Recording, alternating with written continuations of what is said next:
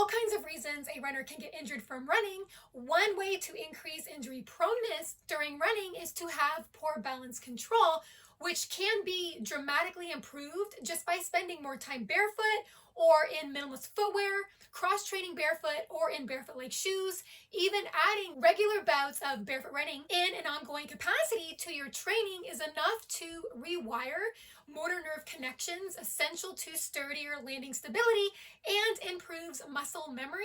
that aligns the reflexes and mechanics that diminish balance and stability. Unfortunately, one factor that is directly traced to balance impairments during running and even walking is routinely wearing thickly cushioned running shoes with a large heel to toe offset or large heel elevation for everything that you do. Even worse, if you have weak feet and ankles and muscle strength imbalances elsewhere in the body, thickly cushioned footwear can be a real destabilizing mechanical interference rather than a stability enhancer. In fact, work by Dr. Stephen Robbins entitled Athletic Footwear Affects Balance in Men, which is linked down below this video in the description box, revealed that neuromuscular circuits that control movement and balance responds best to barefoot or minimalist shod conditions, and that limitations in underfoot sensory input imposed by thickly cushioned running shoes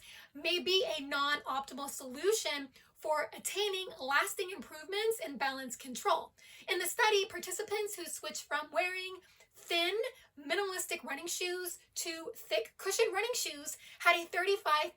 increase in balance failure frequency rating, of which balance failure frequency is a metric used to determine or assess the quality of balance control. The higher the balance failure frequency rating during walking or running, the more unbalanced you are and the more at risk you are of falling. Participants who switch from wearing running shoes with a hard midsole to wearing running shoes with a more soft, more compressible midsole also had a 77% increase in balance failure frequency rating, suggesting that there really is a strong sensory component involved in footstep stability, and that the more you have a good sense of the ground like you do when you're barefoot or in minimalist running shoes, which also includes a more firm sensation on the underfoot, not a super soft and squishy sensation that most thickly cushioned running shoes often give, but the more firm the ground feels under your feet, the stronger the information about the position of our limbs in space seems to be in the nervous system, the more effective the motor reflexes become at directing your balance. And the more you can do this, meaning the more you are barefoot or in minimalist footwear, the more these pronounced improvements can get hardwired into your muscle memory, which is why I always like to say that barefooting in an ongoing capacity is a necessary precondition for improving your injury prevention outcomes